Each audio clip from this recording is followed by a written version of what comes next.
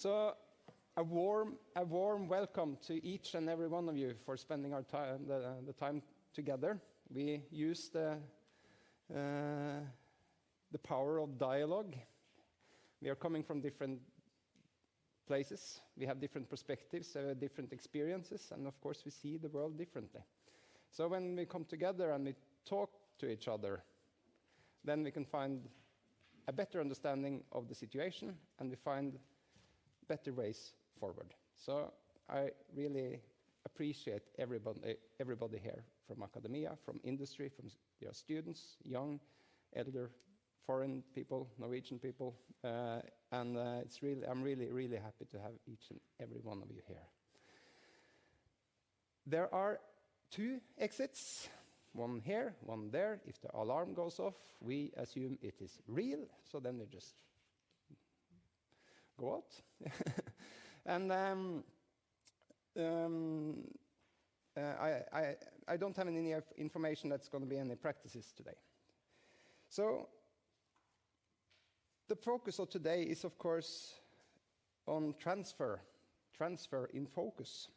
And can and will and how and when and where will the drilling and well competence in the oil and gas industry be used to enhance the geothermal resource potential. And on behalf of NORCE and GEAN, NTVA, GCE Node, we welcome you all to University of Stavanger, my previous employer. GEAN, Geothermal Energy Association of Norway, is run as a project through NORCE, my current employer. And we are doing this on behalf of 20 national, industrial, and academic partners, and we are growing. The purpose of GEAN is to create value for the partners by describing the role of geothermal, heat extraction in a renewable energy system. We want to be an arena where we share and create knowledge, experience, and ideas. We want people to get to know each other and to develop sound projects for the future. Academia should meet industry, industry should meet industry, academia should meet academia, you know. In the development of today's program, I would like to especially thank Tor Inge Våg from NTVA. I don't see you, but I saw you outside. He will come in, I guess. I want to thank Christian von der Rohe from GCE Node. And I would like to thank Mosen Asadi from the University of Stavanger, here, yeah, back there in the corner. And my dear colleague Jill Pelfren from NORCE. We also received help from positive, enthusiastic colleagues that have shared this information in LinkedIn and Twitter and all of that. So well, is transfer needed? Yes, indeed. The climate budget is tightening. And we frequently experience the never-ending consequences of a climate in change. Whatever the climate is not necessarily, as long as it's stable, it's kind of the society can adapt. When you have abrupt changes and a bunch of people living on the planet, then we see the biggest consequences of climate change. And the vision for a carbon-neutral energy system is becoming clearer and clearer every year. Globally, we need approximately 75,000 terawatt-hours of renewable energy. Sounds like an enormous number. In Norway, we produce 140 terawatt-hours. But if you break it down to 10 billion people, it's only 20 kilowatt-hours per person per day. This is within reach.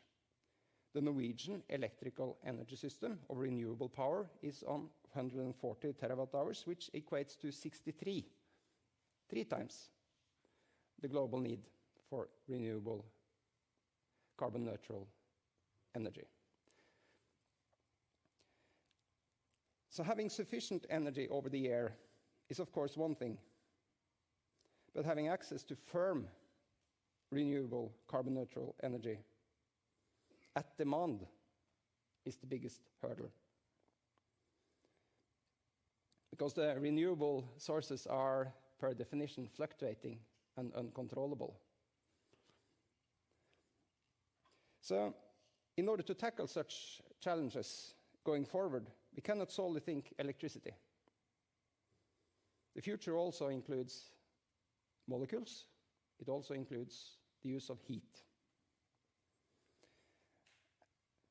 Electricity, molecules, and heat have all the advantages and disadvantages.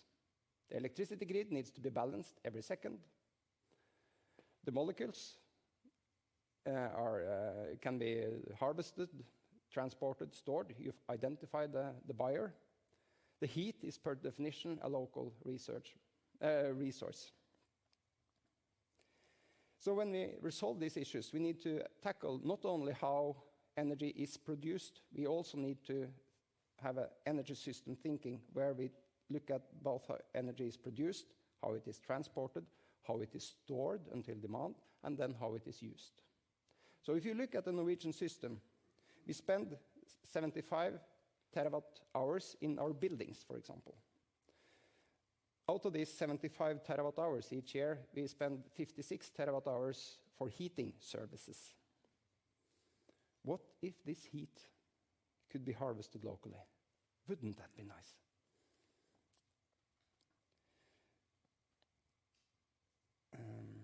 So let me see, page 2, where I can end this.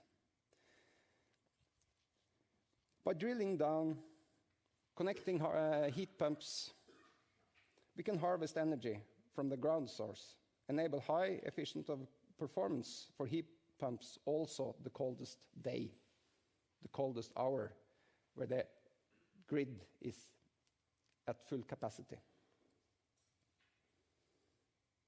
This is a well-known, mature, established technology market ready today. So why is it continuously being overlooked in the debate? And can we help to accelerate the deployment? Last year, NGU reported 4,264 geothermal wells in the Norwegian market. 63% of these were large multi-well systems. And 42 of these wells were deeper than 600 meters. When we are following the development of a year, we see that the wells are getting deeper and deeper and deeper. The average last year was 242 meters. In the larger systems, they are often combined, used for heating, cooling, and seasonal storage. You can expect to produce 60 to 70 watt per meter.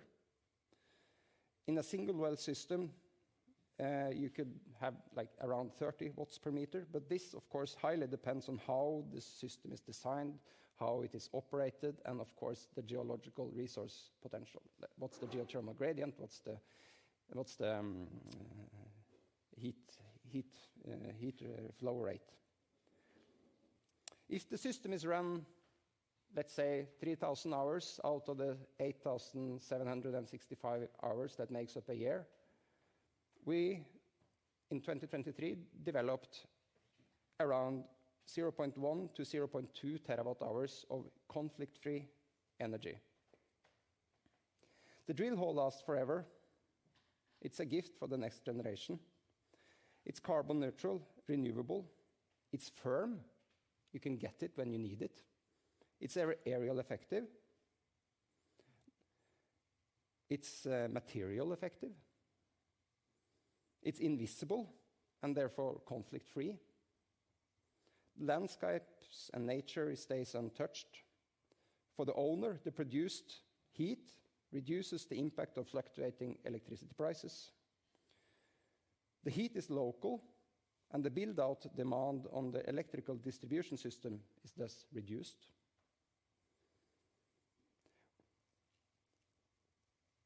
But do we really have the right pricing mechanism to pay, to properly evaluate the value that this energy source is giving to the society? I don't think so.